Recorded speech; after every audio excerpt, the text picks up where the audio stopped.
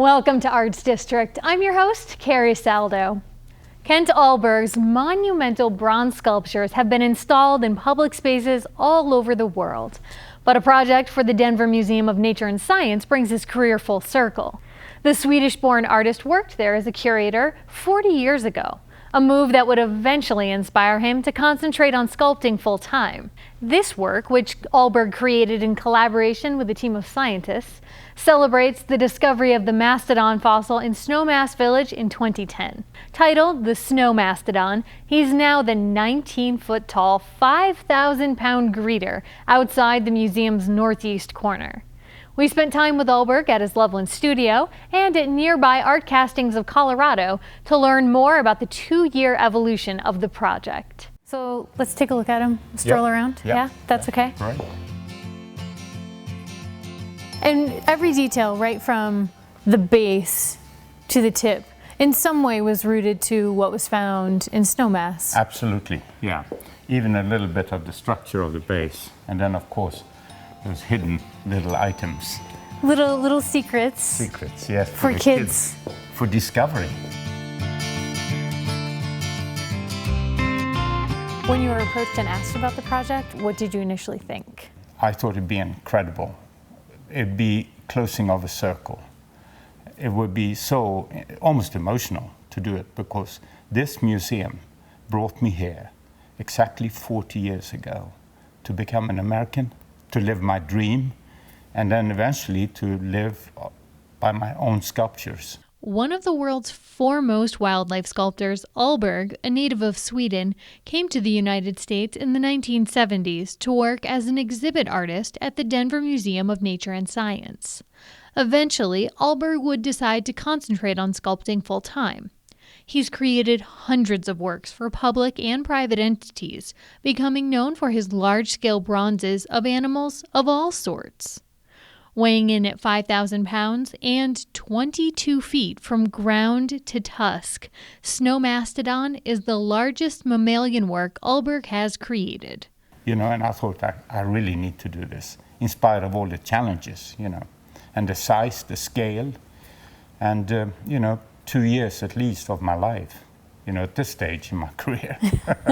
While its relative, the woolly mammoth, has been found completely frozen in the Siberian tundra, no such discovery has been made for the American mastodon. That left room for artistic license. I mean, you have to stay within the anatomy, but stuff like expressions, the face, the eyes, which are to me very, very important, They are the mirror of the soul, on animals too. And so, I had the freedom to do, the soft tissue, the face, the eyes, to make him look kind or, benevolent. The team that helps to put together a sculpture, let's talk about some of those parts. Once you've made the mold, then what happens? Well, first of all, we have a team here, of course, that I have people helping me. And then we make a mold here with the team, which is, an impression of the clay here. And that's done in a lot of pieces. We have over 100 molds. And then we take those down to the foundry. They have many different departments. For many years, we've done it all here in my shop, but it's easier on a monster like this to have the guys done at the foundry. It was done in, 180 pieces. 180 pieces of bronze welded together. So it's like doing it all over again, and to get it right, you have to have tremendous skills. And a lot of people in the foundry are artists themselves. Many of the artists in this area got their start working in the foundry, Today, with the modern method and the technology that this foundry here in Loveland, Colorado, has brought to the art world is remarkable.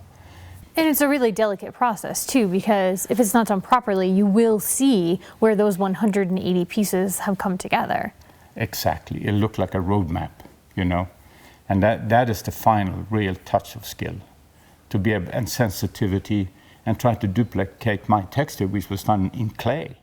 What is it about sculpture that you connect with? I connect with sculpture in many ways, and I feel like you've done an honest day's work when you sculpted a big piece. That's one thing.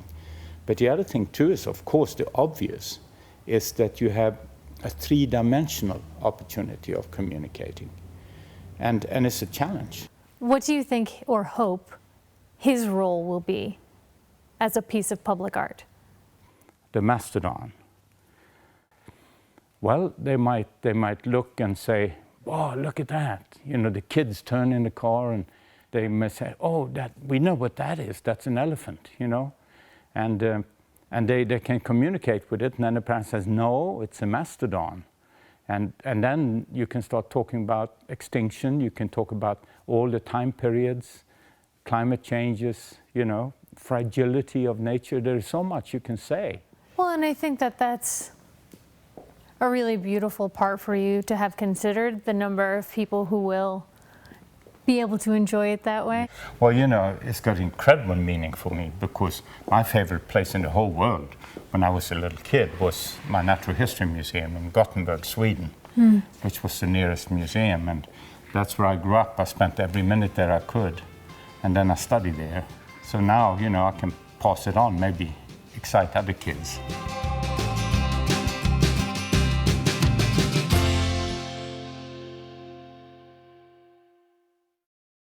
I'm Carrie Saldo. Like us on Facebook, follow me on Twitter, join our newsletter, and come back here to our studio next week.